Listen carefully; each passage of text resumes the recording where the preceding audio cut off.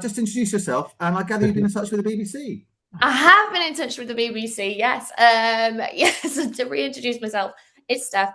I'm an actor, comedian um, from Cumbria, and I'll be talking about Big Fish Comedy Club. But yeah, so we spoke to the BBC because basically Just the Tonic, which is quite a, some of you may have heard of Just the Tonic, but it's one of the big sort of comedy venues in the UK, has started a venue or is starting running nights at the old fire station in Carlisle now, with sort of professional acts coming through, bigger names on the scene. But so it feels like there's a bit more of a scene developing, certainly from when I started, which was way back in, I want to say 2018. And I, as a stand-up, I mean, the way that it sort of works is you really, comedy is one of those art forms that you can't get good at without just really being bad initially, and you have to start on a stage and just be doing gigs really as regularly as you can. And as my acting background taught me, is that you go into rehearsal and you prep as much as you can before you even step onto a stage, whereas comedy is like you have to get up in front of people. So the start of my career based in Cumbria was very much driving up and down the motorway to Manchester, Leeds, Newcastle for often 5 minutes of stage time on an open mic night to just see if I was funny enough, basically, to do this. So that's sort of where it started. And I decided to go to, I'm cutting out a massive chunk of the story for the sake of everybody here, but in 2024, I decided to go to Edinburgh Fringe Festival and do a longer show, a 45-minute show. So I needed stage time to sort of practice that, which is why I set up Big Fish Comedy Club. We started in Lake District Wine Shop. I don't know if any of you have frequented in Keswick. I was working there part-time, and Jenny, who owns it, was like, you should just do some of your stand-up here. And it literally started with me sort of tentatively clanging on a little wine glass in the corner, going, hello, and now there's going to be some comedy. And I'm talking like couples who are out on a romantic evening, just going like, I'm sorry, what? and just listening to me sort of tell some tales. Two, then we started doing a regular night where it would be me hosting and 4 or 5 other comics.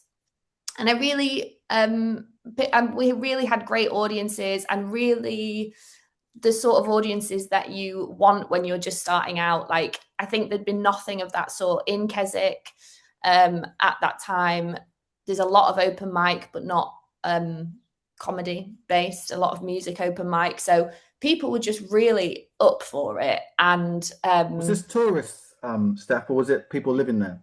it was locals, and like I say, I've been living and working in Keswick for a long time, so there was a lot of people who sort of organically wanted to come and support and knew I was trying to do this stuff, and were always saying like, oh, when can we come and see you do comedy? And it was always, well, I'm in Manchester, I'm in Leeds, I was very rarely doing anything in Cumbria. So I think I was lucky that I had people that wanted to come and support me.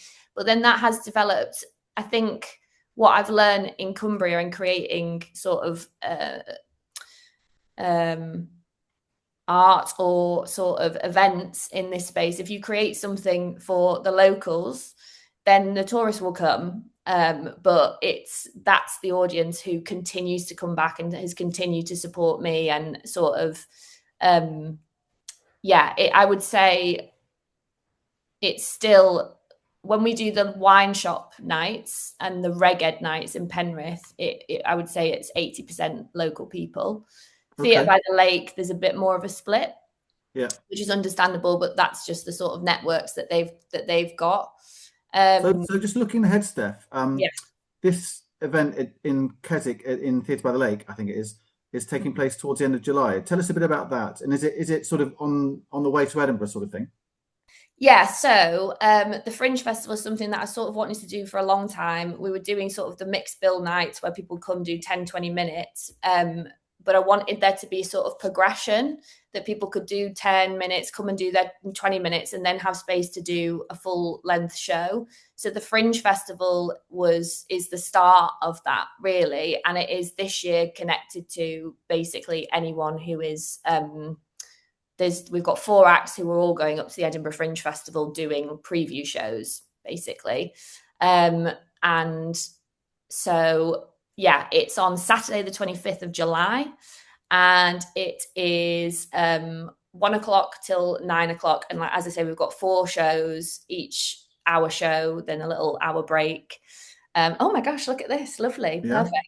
All your friends in the audience there. As if by magic, here it is. So you can buy a day pass, which will save you a bit of money. It means you can go to all 4 of the shows and make a whole day of it and feel like you're at the Edinburgh Fringe in Keswick. Hopefully, I might even make T-shirts. I'm getting very excited about it currently. We'll see. But yeah, so these are the 4 shows we've got. We've got Anna Thomas, who is winning loads of awards and about to do her debut show at the Edinburgh Fringe, and I feel like is going to go on to win a load more of awards while she's up there. She's from Wales. She's got a lovely sort of silliness, a bit alternative, but very friendly and wonderful. And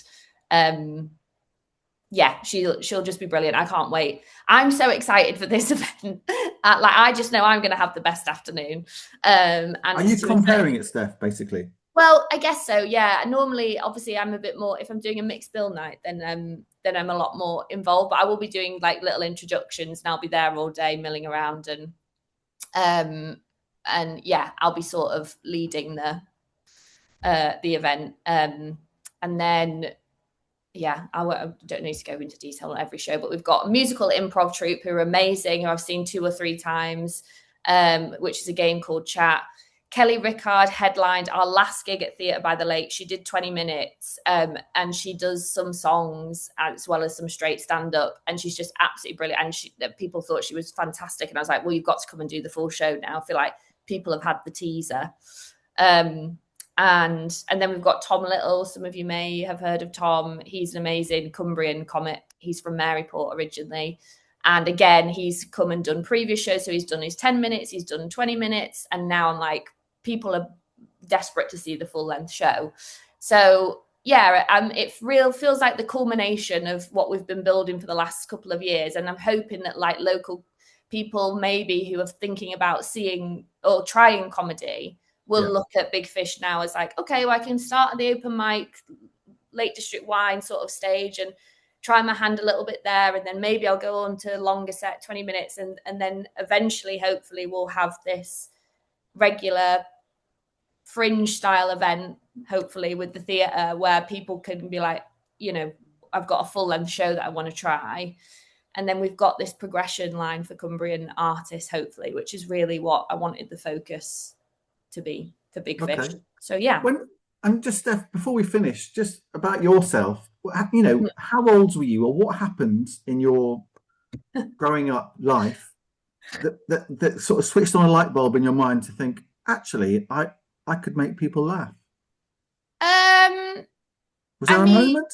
Yeah, there was. I remember being in the dinner queue. There actually was. It's such a specific moment. I was in the dinner queue at Cockermouth School, queuing to get my lunch, and I was I'd just taken part in Rock Challenge, which was a dance. I'd gone to my first session of Rock Challenge, which was a dance like show rehearsal thing at school. And I'd met a few new people, new girls in my year who were quite popular. And I sort of befriended them. I was in the lunch queue with them and I said something. And one of them laughed and one of them turned to their other popular friend and went, "Oh, this is Steph. She's really funny." And I thought, well, I'll just do that then. That's fine. So in a way you could say maybe it was just a slight survival tactic in school. But I always loved comedy. It was like I also remember my other pivotal point was being 8 years old and finding a Peter Kay DVD in my grandma's spare room and quietly watching that secretly and just thinking that being able to make people laugh was the most rock and roll like magic power that you could have. And all of my family from all generations loved Peter Kay. And originally my family are from Bolton, so he was a bit of a local legend at the time. And so I think I just was like, yeah, that looks like it feels incredible. Yeah. Superpower. Yeah, a bit. So that's where it started. All right. Well, I saw you at Cockermouth Live last year, where you performed at the Kergate Centre, for those of you that know Cockermouth. And it was fantastic. I don't really go and see comedy, if I'm honest with you. I don't know whether I'm a bit weird, but I really enjoyed that evening. And I'm now looking at the 25th of July. I know there's other stuff going on as well, but I'm also a trustee at Theatre by the Lake, so it's great that the theatre is hosting this. And it's great. There's a little scene that's obviously cooking away in Keswick. I think so, and without going too far over my time, but I think that comedy is a really accessible art form in the sense that you just need a mic and an audience. And I do think that to a certain extent, that's why places like Reg Ed and Theatre by the Lake have been able to be so supportive and great, is because practically from an overhead perspective, it's an accessible way to bring people into a theatre who maybe wouldn't normally. I don't think that, there is a bit of an overlap between comedy and theatre audience, of course, but not always. So it is hopefully a way to sort of reach out further afield. And it's okay that you don't go to comedy a lot. I think bad comedy can feel awful for everybody involved. So it can be a terrifying thing. But again, I'd like to create something that people go, oh, well, it's big fish comedy, so I trust that, there'll be something. I really take care in trying to bring the right people in who are going to not put people off and keep bringing people into the space. And the curation is important, isn't it? Yeah, 100%. All right. Okay. Well, thanks, Steph. Thanks ever so much for joining us from Thunderstruck Manchester. Great to hear from you, and I'm sure our paths will cross again. And I hope it all comes together. And how exciting Edinburgh, blah blah blah. For the rest of the summer as well. So good things. Yeah. Thanks ever so much. That's Stef Bradshaw, everybody, who was great, and you should go and see her. Thank you. Right. Well, let's cross from sunny Manchester to sunny Carlisle, which was also thundery last night. Speaking of performances, Stephen Dunn, as I said, works for the City Cumberland Council, as it now is, has many strings to his bow. So let's talk about the Lodge first of all, Steve, because just explain what it is. We'll pull up a picture as well, and why this matters to Carlisle. Brilliant. Well, like a lot of places in Carlisle, it's a derelict building that we haven't done anything with for a long time. The ambition was to knock it down, which was an absolute tragedy. So it was around 2 years ago.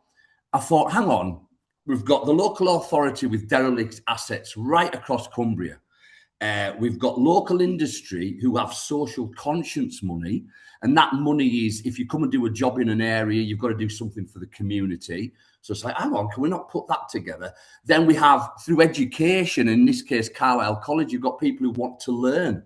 So basically, we've got a partnership that if you put all your natural resources together, we can work on jobs like this. And I've been desperate for 2 years to prove concept on this partnership, this proactive partnership, where sharing natural resources, you're not costing the public purse a penny. So with the lodge, we've basically got a derelict building. Is it the old park keepers sort of lodge? Yes, it is. Yeah. It was built in about 1920s. And it's been lovely because I've had a few people who said, I used to live in that building. So when we get it done, we're going to invite them all in. But then, there was, when the park was really used all the time, we had a park keeper, and that's an ambition. Let's get it. So we need park keepers again because we're using our green spaces and we're playing and we're creating together. So with this model, Stories are bringing all of the supplies, all the materials and expertise at their own cost. So it's not going to cost people a penny. So we've got a whole supply chain. 20 local companies have signed up to this, just on the essence of us realising derelict possibilities. And some of the students from the college are getting involved as well. Is that right? Yeah, it's the construction students at Carlisle College. They're basically going to do their course by refitting, retrofitting, rebuilding the lodge. And their job going forward will be to maintain that building. Because what I'm trying to do is plug in as much of the curriculum as we can into projects like this. And with this being the first, it's really, really exciting because we've already got ideas for more projects right across the county. And we hope that we're going to get other firms, you know, involved. And the ambition for the park is we don't just stop at the lodge. We look at the tribe site. You know, let's get apprentices and students. So this was a bunch of shipping containers that was in Carlisle for what, 18 months, couple of years. Absolutely. It's now an empty site again, right? It's a derelict site. Yeah, it's a hole in the ground. And you look at these, and I do appreciate in this day and age, because money's let us down. You know, I think as a currency, it's our poorest currency. You know, and people are like, oh, we were afraid to do anything. You know, people are very risk averse now. And for me, this project's like could be one of the answers, where if we share our natural resource, then we get money off the table, because I'm sick of money being the first, second and third currency, you know, which it often is. You know, so it was Mark Fry, the leader of the council, he really got behind the idea and almost had to force it through. So it's took 2 years to get to this phase. But as I said, the plan is now to prove concept, and we're already in talks with Historic England. I've got a meeting on Monday about the citadels up by the station. And the idea is to take those over as a creative community hub. So the idea for Carlisle is we've got a garden we can all play and create in. We've even got ideas. How can we get science and technology how do you plug a park in? You know, how do we all get together and look at some of these problems? So yeah, Historic England are looking at the citadels for what we might be able to do with that. My ambition is we end up with a place that's 24/7 where people can go. And the front door's creativity and feeling welcome and safe. But behind that, you've got your mental health, you've got your social services, but it's softly done. You know, you go in and you gain your confidence. There's something there for you. And this is the idea behind this plan and this partnership. And I'm so lucky that Stories Homes and Story Construction really believe in it. And I've got another firm, Northern Construction, are keen to get involved. And I've got other partners across the board who have got a watching brief on this project to get involved. All right. Well, we'll look at that with interest and development, because it's such a sort of public site as well. When you come Can off, I just answer Monique's? The university aren't taking over the citadel because of financial reasons. I've always known they haven't been after the Nissi Priors. That's why I approached them 2 years ago. But I know they're not taking either citadels, and that's a financial thing again. Now, what I love is if we can bring it back into play, we'll work with them. You know, it's an asset for us all. So I want us to be able to take some of these things that could be a problem, and like, how do we work together and stop it being a problem, being an asset? And we're also looking at secondary schools through citizenship and works experience, and through Carlisle College's tutorial sessions from September, getting students and apprentices working on the society they're going to inherit, that they're going to have to learn to fly. So it's like, learn to fly this plane now when you're learning, learn from our best practice and our mistakes, and then let's get planning together now. Really interesting thought from Pete in chat, Steve, about could you make a YouTube channel out of this as a project, a weekly video about renovation? Really interesting idea. And Phil saying, sounds fab. Really hope everything falls into place and we can make it happen. Would be a huge boost to Carlisle. Absolutely right.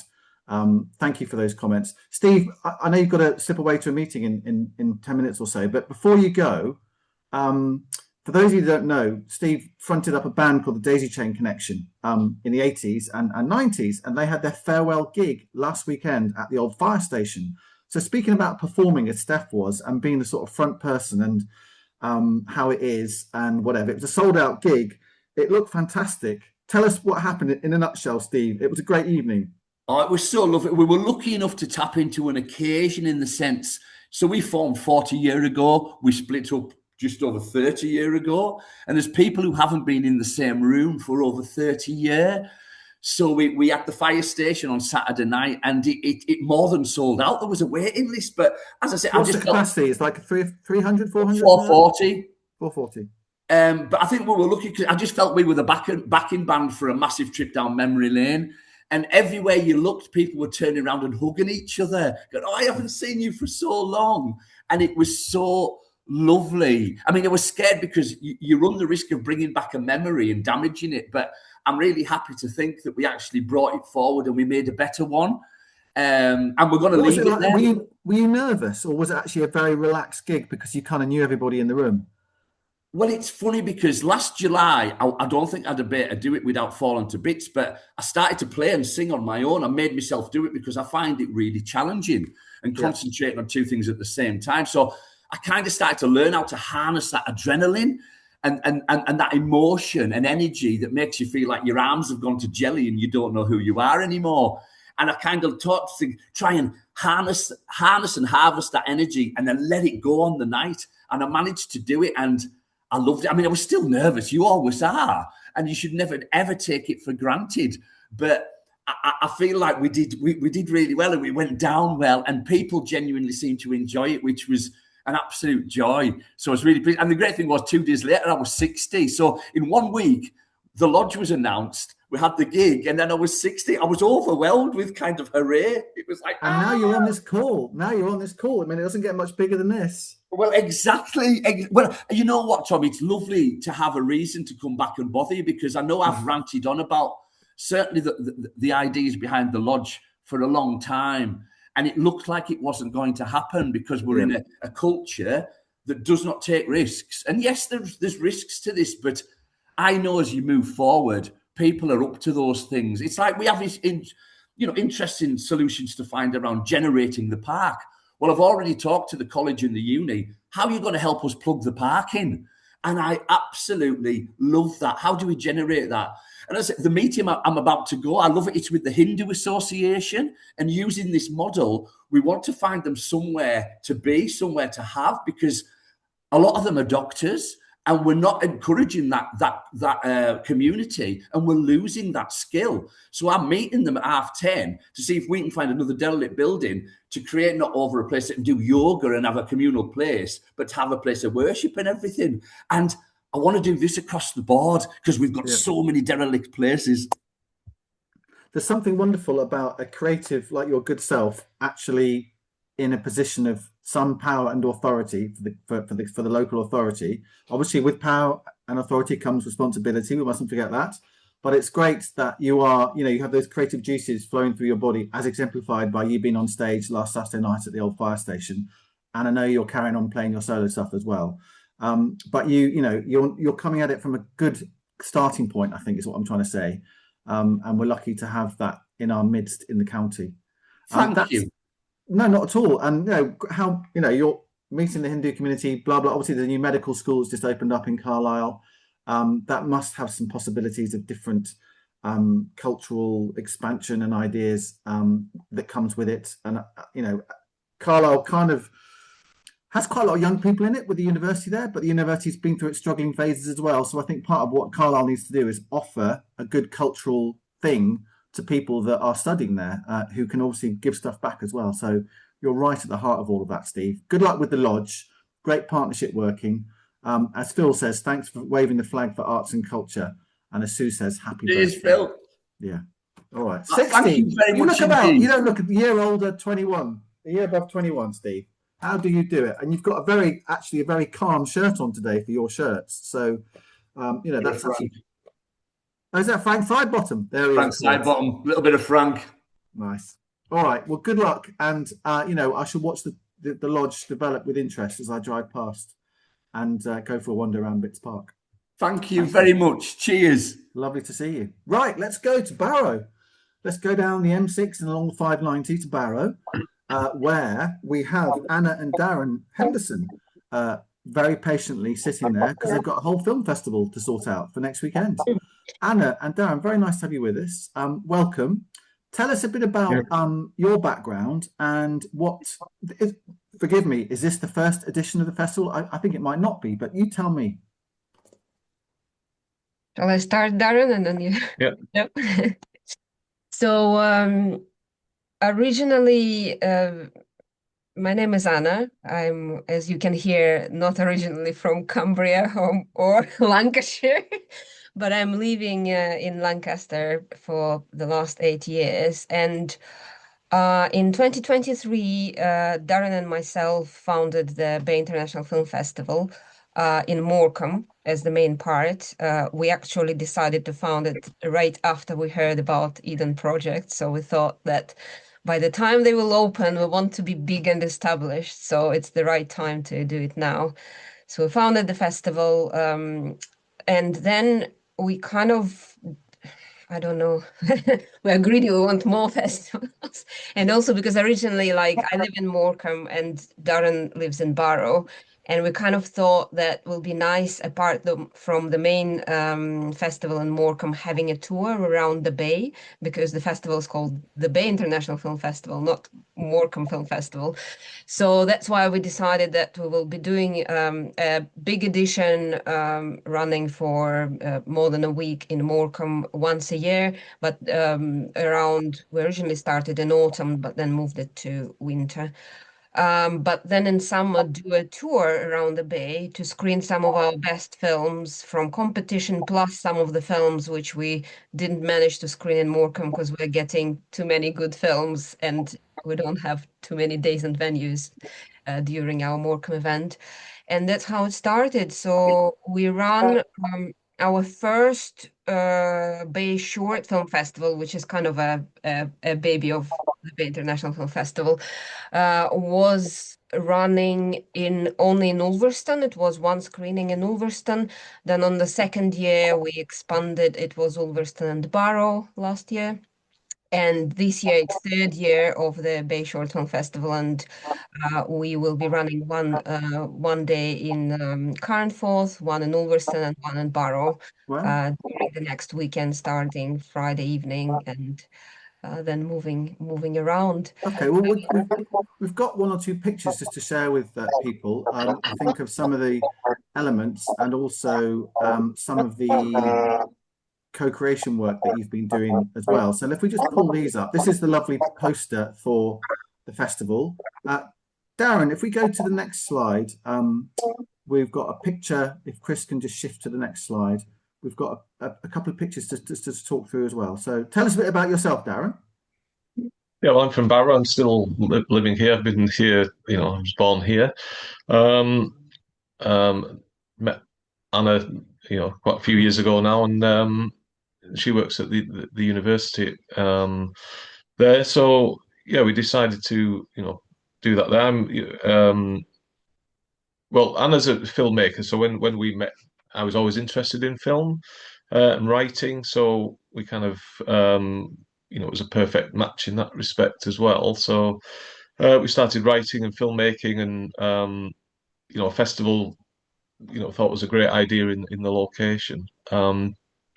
So yeah, so that's how we started. And my background isn't in filmmaking, but it's become that later on, in life, and I think that's I think that's good. And I've met a few other people that have started things later with creative things in particular, and it sort of gives you a new lease of life, and taps into that creativity that you might have always been wanting to do, but not had the opportunity, or certainly sometimes you think when you're from Barrow or a place like that, you sort of, these creative things are further afield. So yeah, that was good. Okay, yeah. So what are the pictures we've got here on the screen now, Darren? Yeah, so they're stills from the films that we'll be showing. That's the Barrow screening. Yeah, that's the Barrow one. So there's 9 in Barrow. So they're between 8 and 9 films in each one. So yeah, there's just a little still shot from each. And where in Barrow are you showing them? So it's the Cook Studio, Signal Film and Media. We're sort of quite close with them. We've worked with them. Recently renovated and beautiful. Yeah, so it's looking really good now. Yeah, absolutely. And a great bunch of people there doing lots of wonderful things with young people and etc. So yeah, happy to be there. We were actually we'd filled the room last year, so we're hoping to do that again. The sales aren't quite as good as we were hoping for at the moment, but there's still a little bit of time.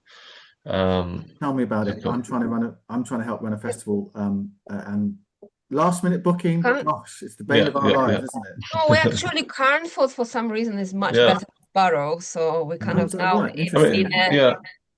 we're trying with Barrow to win Carnforth. We're I fighting mean, with ourselves.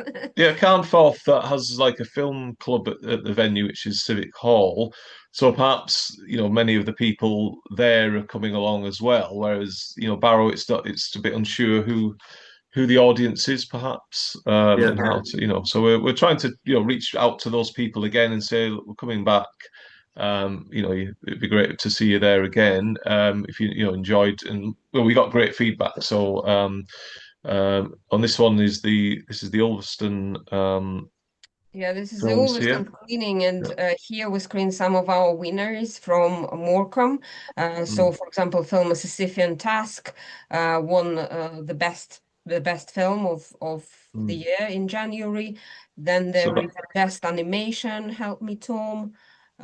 So are these some of these locally made films? Yeah, From so the the Northwest?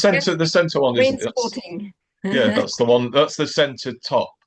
So he's a local. He's actually this guy. I've forgotten his name now. Anna, do you know? Do you forgot? Anyway, he's currently Ulverston Citizen of the Year, and he's doing a lot of renovation work in Ulverston. And goes around and sorts out drains as well. And this is what this documentary is about. Sort of very interesting character, lovely guy.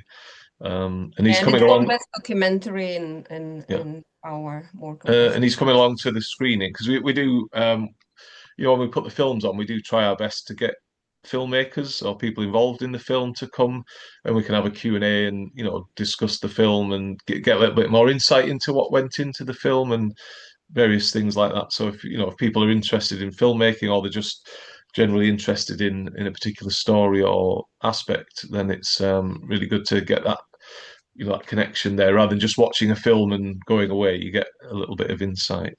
And so you spend a lot of your lives basically watching films? Yeah, we probably get to around 400 short films a year. So, and we've been running. We're coming up to our fourth year. So that's a lot Well, of. we're watching less than 400 to be Yeah, fair. we are. Have Yeah, we are. amazing 23 volunteers who are watching all the films, and then we are watching only the ones which get higher ratings. And when we are creating, I'm creating the program. Maybe about 100. Yeah, you need to spread it out. Yeah, this is so. We'll just before we talk about this final side, which I think is some of the people that have been at some of your stuff. How do you fund the festival? Do you have to beg, borrow, and steal, or do you have a bit of sponsorship? Or oh God, this is very hard each year. That's the hardest part, which we don't like. With Morecambe, it's much bigger pot. It costs a lot because it's a long, many days, many venues running festival with many events, many guests. So we usually it's mostly grants, but we're applying for them for a year regularly and getting about 10 grants to fund the festival.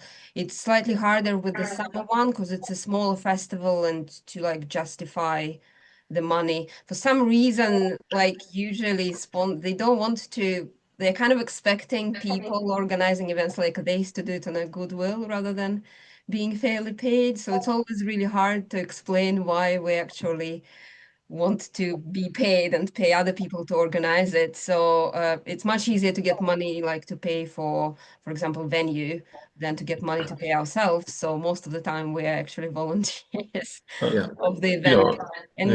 This year we've got Ulverston and Barrow Town Council supporting event, and then a couple of grants we didn't get. That's why our budget is really tight.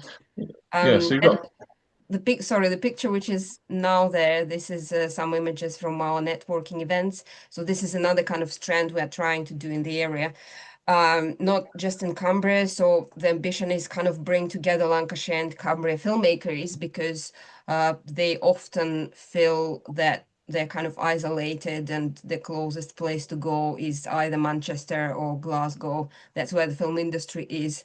And we know there are many really talented filmmakers in the area, in both Cumbria and Lancashire. Not always they know each other. So for us, those networking events are really important to kind of bring people together. And when we see the collaborations which are being born after those events of ours, it's really warms my heart. And as filmmakers ourselves, we do love to find new people. And last year at Ulverston, so our networking will be in Ulverston on Saturday, 4th of July in the evening in the Sun Hotel function room. And last year we actually found some collaborators and even made a film in Lancaster with them. Great. All right. Okay. So just Darren, a point you were about, yeah, saying- again, just a little bit about the funding again, because a lot of it is, you know, we do want to bring filmmakers here, and obviously we don't expect them to come from around the country, you know, on their own expense. So that's, you know, part of the quite a bit of the funding goes into trying to encourage them and saying, look, we can give you, you know, some expenses to come. Otherwise, it's just, you know, like I say, without just a screening of a film, films are fine, but you know, it's really that interaction we want and the connection with the audiences, and they feel like they've had, you know, that interactive experience as well as, you know, watching the film. So it makes it a bit different, you know, a bit special. Yeah. It's much easier for festivals like in London, like, because everyone lives in London, they're just going next door and doing a Q&A. And when you're saying, oh, can you come for Q&A to Barrow from London? And then suddenly it's almost a day trip, and I don't know, £200-300 for a trip. It suddenly becomes it's a challenge that we all of us who put on stuff in this part of the world, from comedy to music to festivals to gallery shows to making films, we all have to face that stuff. But I think, you know, and again, just picking up on what you were saying there, Anna, about, you know, people assume that you should do it because you love films and you'll do it as a volunteer. There's a tipping point, isn't there? And we actually have to make sure that we all support each other by saying, no, actually, I need to get some money for doing this because it's kind of work and it's creativity. Helen asks, how do you submit films to your festival? Film Freeway. Film Freeway, yeah, that's a normal. So we are now open for the 2027 festival submissions. And we always encourage local filmmakers to contact us first, because we're happy to give you a free discount to submit. Because we're International Film Festival, we're getting from all over the world. But when someone from Cumbria or, I don't know, Morecambe comes and says, I have a short film, we are always happy to give a free discount because we want to support Northern filmmakers. That's okay. Great stuff, Anna. Thank you. So, Helen, if you want to submit, contact us first. Don't pay money. Okay. And Keswick Film Festival, which is obviously well established, Derek says they're looking for a new chair. So that's interesting to know about as well. And Chris, thanks for putting that link into the Bay International Film Festival. Good luck, Anna and Darren. Great to have you on the call. And you know, I hope it's a big success. It's up against my festival in Cockermouth, same dates, but I think we're far enough apart. Yeah, I think that's competitors. We're compatriots. Yes, absolutely. All right, lovely to hear from you, and thank you for joining the call this morning. So we're going to go from Barrow, Morecambe, Carnforth, beautiful part of the world. Will they ever build a bridge across the bay? I wonder. Up the M6 and across the A66 to Cockermouth, and we're just going to talk briefly about Cockermouth Live, which is a festival that I am involved in, but also Kate and Chris Bridgman is involved in as well, and it's in its 17th year. It's over the weekend of the same as the Barrow at the Bay International Film Festival, so that's not this weekend, but next weekend.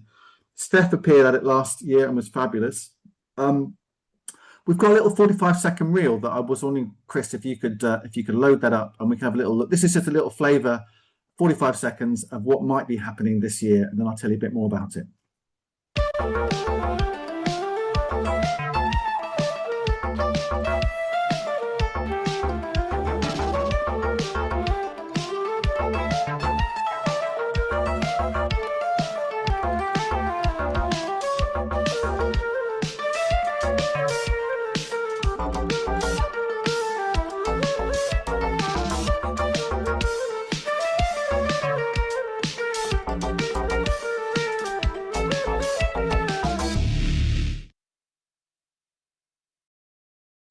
So Chris and Kate, chip in at any time. But if I can just give you a kind of flavour of what it's about and how we make it work. It's in its 17th year now.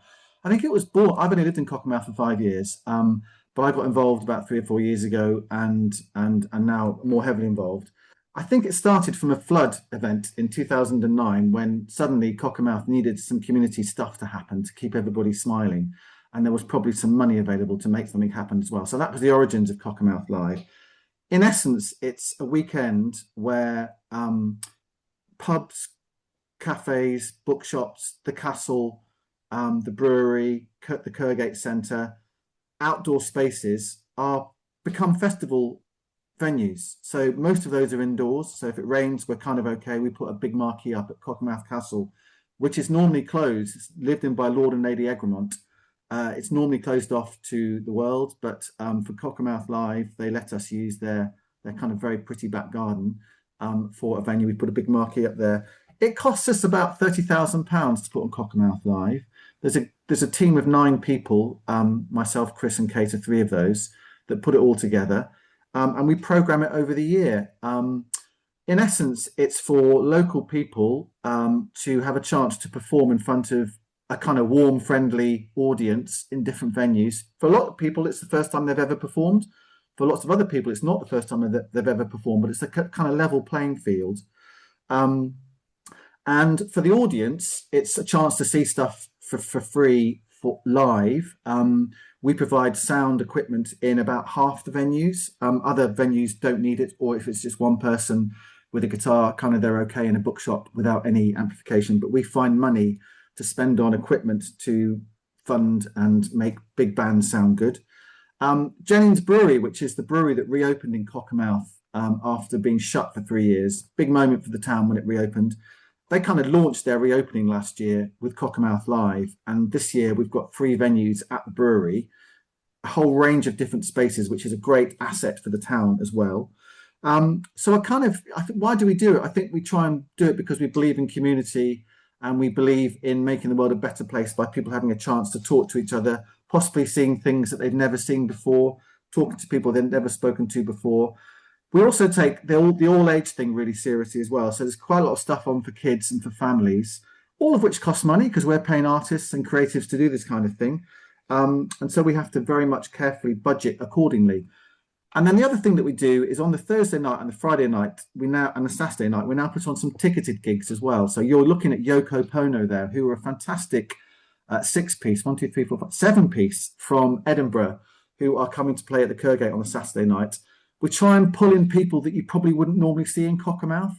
So these guys are kind of electronic folk band with all sorts of interesting instruments that they play, flutes, keyboards, fiddles, and they sound really interesting. We're really fighting to sell tickets for that because people haven't heard of them, but we've invested and we're taking a punt on them because we think they're really, really good. It's costing us quite a lot of money to put them on, so we're shifting tickets for that. This is Sam Milne, who went to Cockermouth School, probably a bit after Steph, but I'm not sure.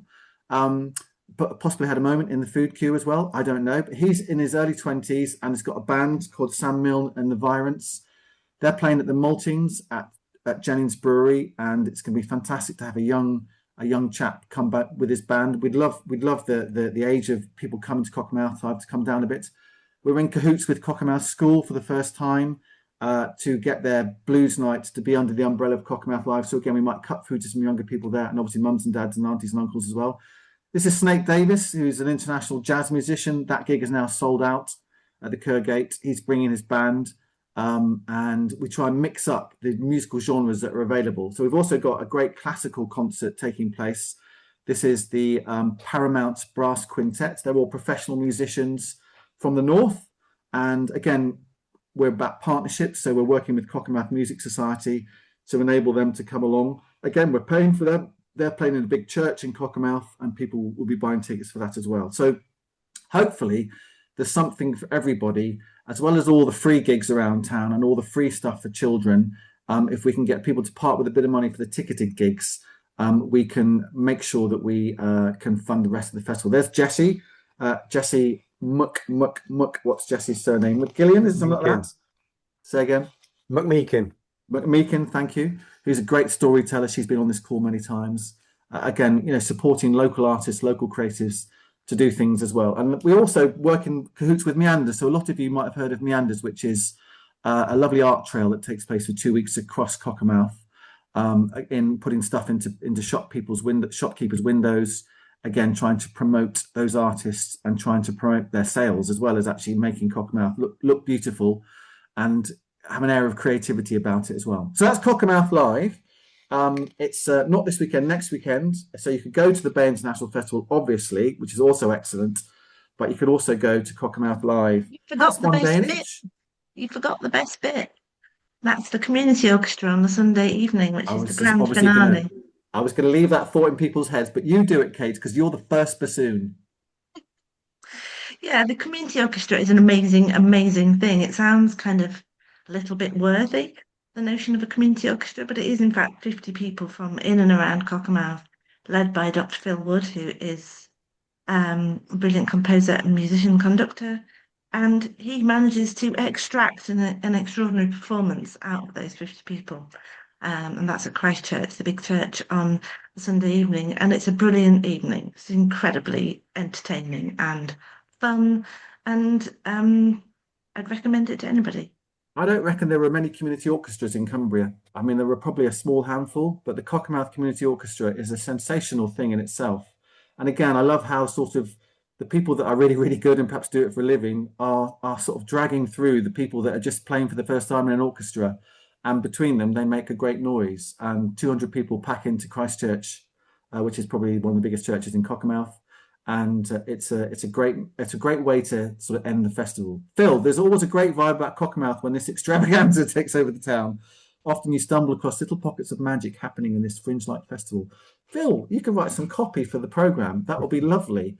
I've had to bash it together this year, but that's a very good way of summarising what it's all about. Thank you, Kate, for that. And Chris, anything to add? We should also mention the Mechanics Band, stalwarts of the festival, possibly the oldest surviving brass band in the world, continuously surviving, and they do a picnic event on the Saturday evening at the castle, so it's kind of Cockermouth Glyndebourne experience, but without the screeching opera singers. And cheaper prawn sandwiches probably in Cockermouth. Thank you. Enough from me about Cockermouth Live. I'll be singing a couple of songs as well. I've never really sung in public before, so that's exciting. Even if it's just exciting for me, it's exciting. Right. On that bombshell, let's finish with Barrow back to the south and to Art Jean. Blast Furnace, of course. Neil is going to be performing as part of Blast Furnace. Blast Furnace, for those of you that don't know, are a 10-piece street band with enormous, are they called sousaphones? Those big things that go over your shoulder? And about 20,000 drummers and trumpet players and saxophone players, and they do a fantastic street show. We're about 20 people strong. I think, how many are you bringing to Cockermouth, Neil? Any idea? I think we're bringing about 17 people. Oh, I'll have to reschedule to too big a venue then. That's fine. No, that's great. And that's going to be, we always try and sort of bring a bit of fun and colour to Cockermouth as well, and make sure people actually realise there's a festival going on. So thank you, Neil. How could we forget Blast Furnace? Looking forward to that massively. Saw them at John Fox's celebration a couple of months ago, just outside Ulverston, and it was a great occasion. Right. So back to Barrow. How you is there with Art Jean, where I was a few weeks ago, and there are some workshops coming up as part of the exhibition that's going on at the moment. So how you come off mute and tell us about those. Oh, hi. Can you hear me? We can. Okay, great. I'll pop some booking links in the chat.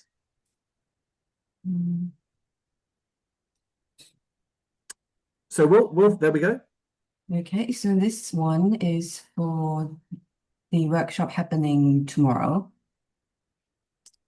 And that's led by one of the exhibiting artists with the current exhibition Rough Terrain, and that's artist Iona Ford, as you can see in the poster as well. It's a mask making workshop, and also it's connected with her two displaying works, Anonymity and Scarecrow Brass. So we'll use using some rural materials to, and also based on Cumbrian traditions, to make some masks, like trying to for people to express their unique identity and their understanding towards the personal situation in the current society. So that will be the one happening tomorrow afternoon from 2 p.m. And also we have another one next Tuesday. So that's led by artist Juliet Clotre, and she's an award-winning filmmaker. And the workshop will be circled around her film piece, Skate Like a Louse.